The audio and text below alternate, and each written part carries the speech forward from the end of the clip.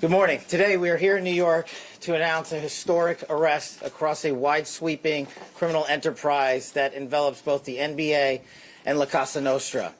The men and women up here standing with me represent a small portion of the leadership team that brought profound justice in an era that needed it more than any. I'll just highlight some of the details in the case and the FBI work, and then you'll hear from the others. But as you now know, individuals such as Chauncey Billups, Damon Jones, and Terry Rozier were taken into custody today, former, current NBA players and coaches. What you don't know is that this is an illegal gambling operation and sports rigging operation that spanned the course of years. The FBI led a coordinated takedown across 11 states to arrest over 30 individuals today responsible for this case, which is very much ongoing. Not only did we crack into the fraud that these perpetrators committed on the grand stage of the NBA, but we also entered and executed a system of justice against La Cosa Nostra to include the Bonanno, Gambino, Genovese, and Lucchesi crime families. And you'll hear more about those details today. The charges and the arrests that were taken down across this country range from wire fraud, money laundering, extortion, robbery, illegal gambling. This FBI will leave no room for any perpetrator of crime across this country. You hear a lot about our work of defending the homeland and crushing violent crime. Well, this work is also representative of a colossal portion of the FBI's mandate to keep America safe and to keep our entertainment industry fair and secure. The men and women that are standing up here today worked tireless hours, days, months, and years. And the fraud is mind-boggling. It's not hundreds of dollars. It's not thousands of dollars. It's not tens of thousands of dollars. It's not even millions of dollars. We're talking about tens of millions of dollars in fraud and theft and robbery across a multi-year investigation. And we could not have done it without our interagency partners that are before us today. The NYPD, HSI, and teams of law enforcement officials from around the country made this day possible. It takes a team to bring this kind of justice, sweeping justice, into the halls of the United States courtrooms, where our brave United States attorney has led this prosecution. It takes courageous prosecutors to stand before you and say, we will not allow this kind of illicit activity to happen, not only at the national sporting level, but also where it hides in La Cosa Nostra.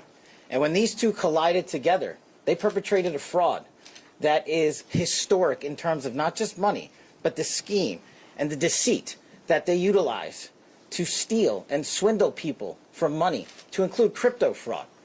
This is an operation that showcases to you that under President Trump's administration, there is no room for any type of criminal behavior, be it on the world's largest stage or in the back rooms of tiny parlors where card games are being played. We are proud to stand here today with the men and women of the FBI and this legal team. And to the United States Attorney, I just want to thank you personally for taking the time to display the work that the media is about to hear about today in detail. As I said, it does take courageous prosecutors, but it takes a courageous United States Attorney to bring this case, because we are going to take heat for it. But we don't shy away in this administration. We don't say no. What we do is we bring the results across the finish line. We bring them to the public. We bring you accountability. And yes, they will have their day in court, and you will hear the evidence through the court system exclusively. We will not deny anyone of due process. And that's the brilliance of this system. That's the brilliance of this administration. Everyone will be held to account. So with that, I turn it over to United States Attorney Nosell. Thank you. Thank you, Director Patel. To be clear, we're announcing today indictments in two major cases, both involving fraud. One involves sports betting, and the other involves illegal gambling, very specifically rigged poker games. The first indictment involves 6 defendants who are alleged to have participated in one of the most brazen sports corruption schemes since online sports betting became widely legalized in the United States. This scheme is an insider sports betting conspiracy that exploited confidential information about National Basketball Association athletes and teams. The second indictment involves 31 defendants alleged to have participated in a nationwide scheme to rig illegal poker games. These defendants, which include former professional athletes, used high-tech cheating technology to steal millions of dollars from victims in underground poker games that were secretly fixed. The games in the New York area were backed by the Bonanno, Gambino, and Genovese crime families of La Cosa Nostra. While the cases are separate, there are 3 overlapping defendants charged in both cases: Damon Jones, Eric Ernest, and Shane Hennon.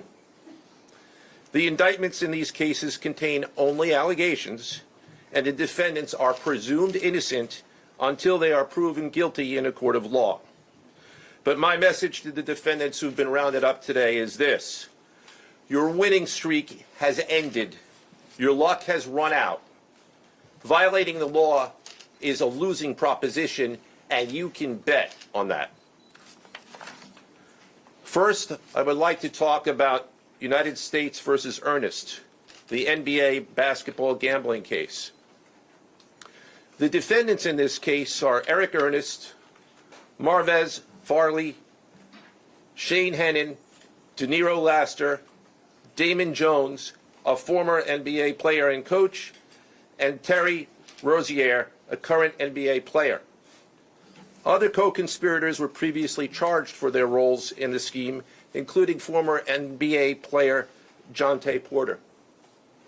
Between December 2022 and March 2024, these defendants perpetrated a scheme to defraud by betting on inside, non-public information about NBA athletes and teams.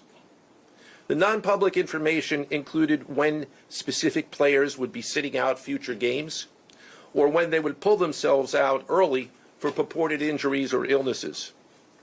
They relied on corrupt individuals, including Jones and Rozier. They also misused information obtained through long-standing friendships that they had with NBA players and coaches. And in at least one instance, they got their information by threatening a current player, Porter, because of his pre-existing gambling debts. Defendants used this non-public information to place hundreds of thousands of dollars in fraudulent bets, mostly in the form of prop bets on individual player performance. The bets were placed through online sports books and also in person at casinos. The defendants relied on a network of straw bettors to place the maximum amount of bets to increase their potential profits. Most of these bets succeeded, and the intended losses were in the millions of dollars. The defendants then laundered their illegal winnings in various ways: peer-to-peer platforms, bank wires, and simple cash exchanges. The indictment details specific examples where the defendants profited from illegal gambling and illegal betting on various NBA games about the performance of players on, among other things, the Charlotte Hornets, the Portland Trail Blazers, the Los Angeles Lakers, and the Toronto Rangers. Each defendant in the NBA basketball gambling case has been charged with conspiracy to commit wire fraud and conspiracy to commit money laundering. Now, I would like to turn to the other case, United States versus Aiello, the rigged poker game case. Beginning as early as 2019, the defendants in this case orchestrated a scheme to use wireless cheating technology to run rigged poker games across the United States, including in the Hamptons, Las Vegas, Miami, and Manhattan. The scheme targeted victims known as, quote, fish, who were often lured to participate in these rigged games by the chance to play alongside former professional athletes who were known as, quote, face cards. The so-called face cards included the defendant Chauncey Billups, who at the time of the scheme was a former NBA player and is currently the head coach of the Portland Trail Blazers, and also Damon Jones, a former NBA player and coach. What the victims, the fish, didn't know is that everybody else at the poker game, from the dealer to the players, including the face cards, were in on the scam. Once the game was underway, the defendants fleeced the victims out of tens or hundreds of thousands of dollars per game. The defendants used a variety of very sophisticated cheating technologies, some of which were provided by other defendants in exchange for a share of the profits from the scheme. For example, they used off-the-shelf shuffling machines that had been secretly altered in order to read the cards in the deck, predict which player at the table had the best poker hand, and relay that information to an off-site operator. The off-site operator sent the information via cell phone back to a co-conspirator at the table, and that person at the table was known as the quarterback.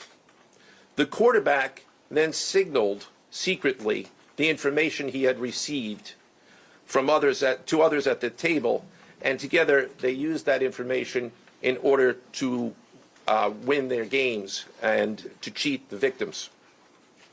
Defendants used other cheating technologies such as poker chip tray analyzers, which is a poker chip tray that secretly reads cards using a hidden camera, special contact lenses or eyeglasses that could read pre-marked cards, and an X-ray table that could read cards face down on the table. What you see depicted on the screen right now is an example of the X-ray table that reveals the cards. Although they are face down on the table, they can be read because of the X-ray technology. The Mafia, specifically members and associates of the Bonanno, Gambino, and Genovese organized crime families, had pre-existing control over non-rigged, illegal poker games around New York City. As a result, they also became involved in the rigged poker games, helping to organize the games and taking a cut of the proceedings, and working to enforce the collection of debts. The defendants laundered their proceeds, including through cash exchanges, the use of multiple shell companies, and through cryptocurrency transfers.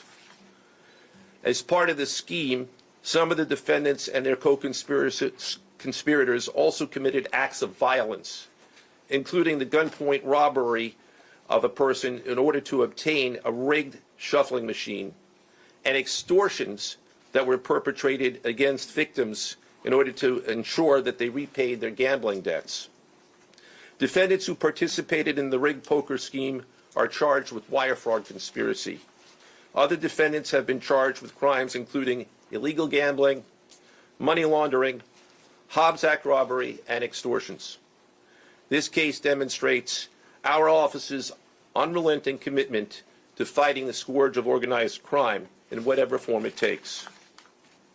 I'd like to conclude my remarks by thanking the incredible hard work of our law enforcement partners, including the FBI, Homeland Security, the NYPD, and the Waterfront Commission. I also want to thank the dedicated prosecutors who built these two cases and who are standing to my right. Benjamin Weintraub, David Bourbon, Caitlin Farrell, Michael Gibaldi, Irisa Chen, and Sean Sherman.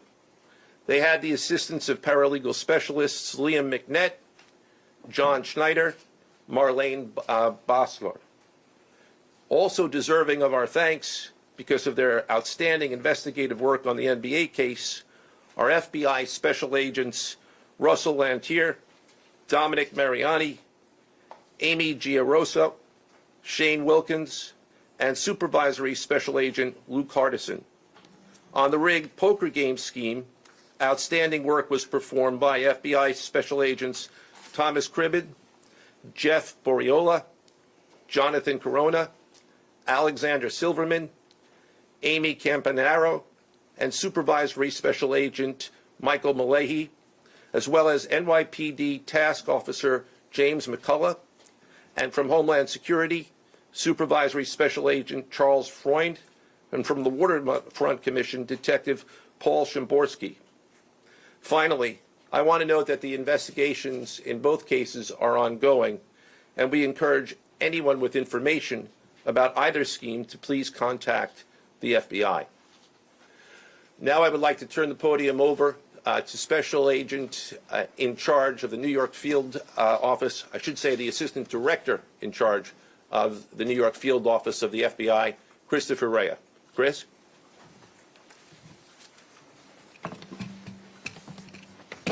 All right, thank you, Joe. As always, we appreciate the partnership here. Can't do any of this without you and your team, so thank you. Also want to publicly thank the director for coming down from D.C. The director's a very busy person, and for him to come down should tell you the importance of this historic case. I'm Christopher Rea, the Assistant Director in charge of the FBI New York Field Office. Today, as you've heard, our office conducted a massive nationwide takedown from 2 indictments of 34 defendants for their alleged involvement in 2 separate illegal poker and sports betting schemes where, as you heard, the odds were rigged in their favor. Among these defendants are 13 members and associates of the Bonanno, Gambino, and Genovese crime families, to include capos and soldiers from these families. Additionally, as you heard, current and former NBA coaches and players are also implicated, to include Chauncey Billups, Damon Jones, and Terry Rozier. 3 of the named defendants are charged for their alleged roles in both schemes. This alleged illegal gambling operation hustled unwitting victims out of tens of millions of dollars and created a financial pipeline for La Cosa Nostra to help fund and facilitate their organized criminal activity. Victims were attracted to play alongside well-known professional athletes and coaches like Chauncey Billups, only to be unknowingly deceived through rigged shuffling machines, fixing the odds in their favor, as alleged and as you just heard from the U.S. Attorney's Office. This alleged scheme wreaked havoc across the nation, exploiting the notoriety of some and the wallets of many to fund the Italian crime families here in New York. Let me be clear about this fact. The FBI has not and will never take their eye off the ball when it comes to Italian organized crime in this city, specifically the LCN and the 5 families here in New York. We are not going to permit any criminal enterprise, whether it be Italian organized crime, Asian organized crime, Eurasian organized crime. We're not going to permit any of those organized crimes, families, and organizations to operate in our city or our country, as evidenced by the 11 states that were also participating in this operation today. The FBI office here in New York remains committed to eradicating all unlawful revenue streams fueling this criminal activity. As with most cases we've worked, this is only the tip of the iceberg for the FBI and the U.S. Attorney's Office. Our LCN squad agents and analysts are continuing to work day and night with the Eastern District of New York to ensure members and associates of the 5 families cannot continue to wreak havoc in our communities.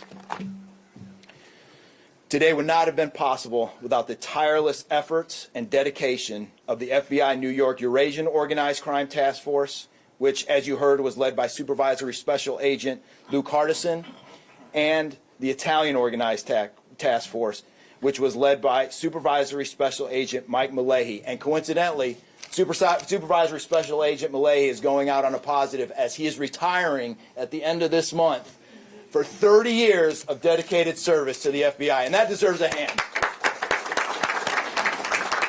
He's what we call a legend here at FBI New York.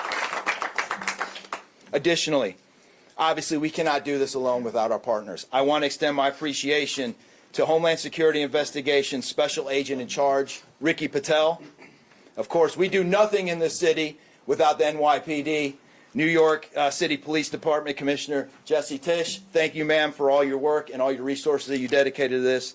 And New York Waterfront Commissioner Phoebe Soriel for their agency's assistance and support throughout this lengthy and complex investigation. Our collective efforts ensured these subjects will face accountability, like the director said, for their alleged wrongdoings. Thank you, and I'll now turn it over to Special Agent in charge of HSI, Ricky Patel.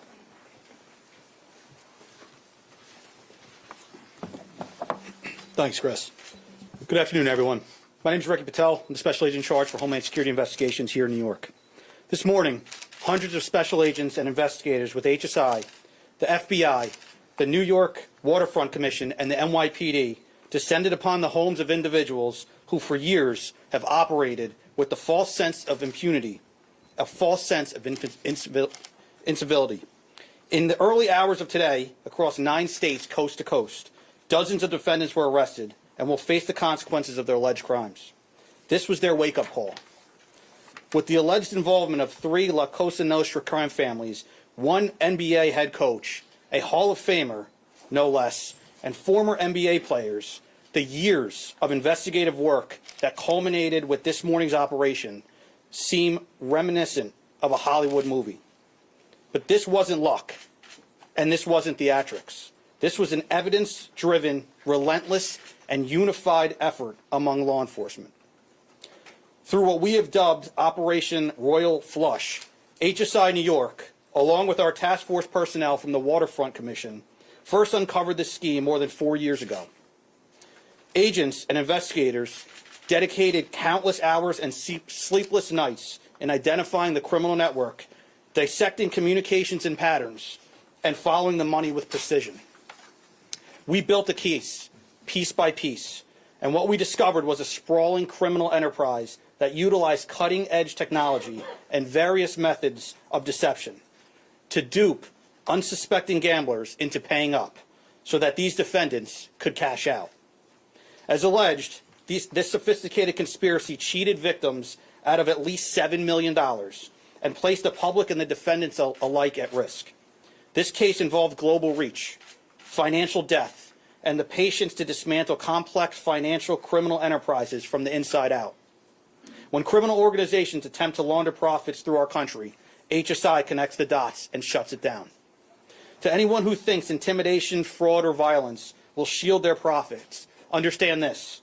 If you are exploiting our communities, expect HSI and all of our law enforcement partners at your door. I would like to thank all our partners here today. Obviously, the United States Attorney's Office for the Eastern District of New York, the Waterfront Commission, the FBI, the NYPD, and the prosecutors that will carry this forward. Today's arrests are not an endpoint. They are the start of accountability. Thank you, and I now turn it over to Police Commissioner Jessica Tisch.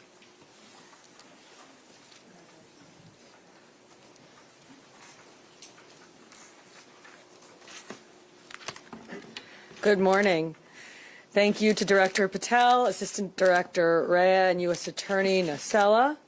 What we're announcing today is not just another takedown. It's the result of more than 2 years of coordinated investigative work by the NYPD's Joint Organized Crime Task Force and the FBI. 2 cases that exposed criminal networks led by 34 individuals who believed the rules did not apply to them. They hid behind layers of complexity, behind money, and behind influence, believing those things would shield them from accountability. The first case, Operation Nothing But Bet, exposed a gambling ring built around professional basketball, where players and associates allegedly used inside information to manipulate prop bets on major sports betting platforms. They placed wagers on unders on players to score less, rebound less, assist less, using information that was not yet public. In some instances, players altered their performance or took themselves out of games to make sure that those bets paid out. One example occurred on March 23, 2023, in Charlotte.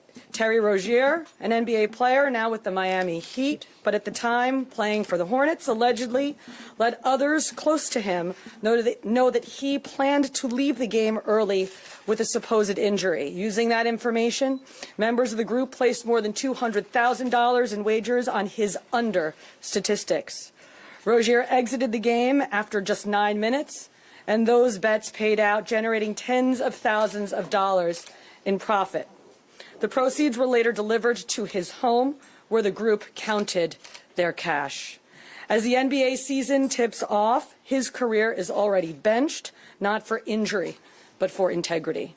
As a result of this investigation, 6 defendants, including Rozier, are now facing conspiracy to commit bank and wire fraud. In a second case, Operation Zen Diagram, investigators uncovered a long-running scheme in which members and associates of several well-known organized crime families rigged high-stakes poker games across the country.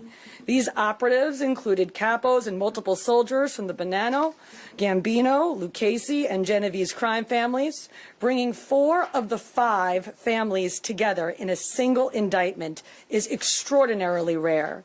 It reflects how deep and how far this investigation reached and the skill and the persistence it took to get here. That work uncovered a deliberate, technologically sophisticated operation designed to carry out their crimes. They used custom shuffling machines that could read the order of cards, barcoded decks, and hidden cameras built into tables and light fixtures. The organizers also enlisted well-known public figures, former and current NBA players and coaches, including Chauncey Billups, the head coach of the Portland Trail Blazers, an NBA champion and a Hall of Famer, to make the games appear legitimate. Victims believed that they were sitting at a fair table. Instead, they were cheated out of millions. One victim in particular lost $1.8 million. In total, losses exceeded $7 million and continue to climb. And when people refused to pay, these defendants did what organized crime has always done. They used threats, they used intimidation, and they used violence. It's the same pattern that we have seen for decades. Traditional mob enforcement methods combined with new technology to expand the reach of their operations. Now, with the unsealing of today's indictment, 34 individuals are facing charges including robbery, extortion, money laundering, wire fraud, bank fraud, and illegal gambling. I want to commend the outstanding work of our detectives from the Joint Organized Crime Task Force and their dedication to these cases, especially Captain Ruben Pagan, Sergeant Chris McGuire, Detective Alexander Creamer, Detective James McCullough, and of course our Chief of Detectives, Chief Kenny. As part of these investigations, our members recovered and reviewed thousands of hours of video, conducted extensive surveillance on illegal gambling locations across the city, and executed more than 24 search warrants on electronic records that revealed the true extent of this conspiracy. Once again, the work of our detectives, together with the FBI and the U.S. Attorney's Office, closed those gaps before they could widen further. The NYPD is proud to stand with each of you today, as these cases represent the kind of partnership that defines modern law enforcement agencies, sharing intelligence, coordinating resources, and moving as one team. Thank you.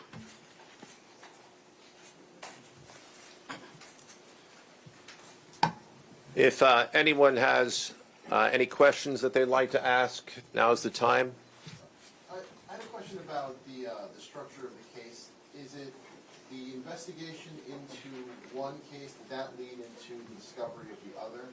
How if you could talk more about the link between the two. I'm not at liberty to discuss either the background of the investigation itself or the investigation as it continues. So I'm afraid I can't really explain to you other than the fact that both cases have been unsealed today, and there was an overlap that has been discussed already with respect to certain of the defendants. Are any other NBA players Yes. suspected? Chauncey Porter claimed that he had a gambling addiction. Did Rozier or Billups or David Jones claim the same thing at all? With respect to any allegations or defenses that have been made by any of the defendants, they will have their opportunity to present them in court We're not here to air those at this time or to discuss them. Yes. You said the investigation is still ongoing. There seems to be several players referenced in the indictments, some that may have potentially passed on information. Is there the possibility of future arrests of NBA players in connection to the sports gambling operation specifically? As I said, I can't discuss ongoing investigations. The investigation is ongoing, which by definition means that there will be further evidence uncovered at a minimum, and there's always that possibility. But I can't comment any further with respect to that. Yes? Thank you. Director Patel, you had said in your comments, we're going to take heat for this case. Why do you say that, and what efforts might you take to counter that? It's not popular to go after some of the defendants that we went after today, but justice is served blindly. And how do we countermand that? Simple. The unsealing of these indictments today shows the force of the Department of Justice and our great Attorney General and the leadership that we have at the FBI and the team here to specifically mete out justice. And look, let's not, mince words. This is the insider trading saga for the NBA. That's what this is. That's why we are going to take heat. But as the evidence comes out, as the indictments are unsealed, you will see the extensive work these men and women put in, countless hours over years, and that's how we countermand it. Director Patel, so the dates of these indictments that were filed are October 9th and October 16th. Can you talk about the timing of moving in now? Why now? We will not publicly discuss the timing of when we do takedowns. I will only say that we do takedowns in a coordinated fashion with our law enforcement partners and the U.S. Attorney at the appropriate time to make sure that we ensure the integrity of the investigation, as the United States Attorney said, an investigation that is very much ongoing. Director Patel, you said insider trading for the NBA. What are the implications of this case for other sports leagues and for the legal gambling industry in general? Simple. If you're participating in the legal gambling industry, you got nothing to worry about. If you're participating in illegal conduct, you got everything to worry about, and this case shows it. Did the illegal conduct cross with the legal sports betting platforms in any capacity? And if so, is that the search warrants that the police commissioner just referenced? I'm not sure I quite understand your question. You're asking if the illegal conduct... If it crossed with, like, the sports betting industry, or the online sports betting? The sports books themselves are victims in this case. They themselves did not, as far as our investigation is concluded, they did not perpetrate anything unlawful. Are you able to say which sports books or online outlets they use to make these bets? I'm not going to respond to that at this time, but that information will be made public. Yes? Can you identify the access point where these co-conspirators were able to recruit these, famous people to partake in the schemes? When you say the access point, They were able to recruit them? I'm not sure which case you're referring to. Both. So Well, Rozier, how he was recruited, Damon Jones in the NBA scandal, and then Billups for the public. We're not at liberty to say that at this time. That will be revealed in due course. Yes? No, he was being... What is your question, sir? Hey, thanks for being here. You just said that the sports books themselves are the victims, at least in the indictment involving Terry Rozier and others. They're among the victims. Okay, but those companies make, as we all know, they make a crazy amount of money off of a lot of everyday Americans make bets and mostly lose them.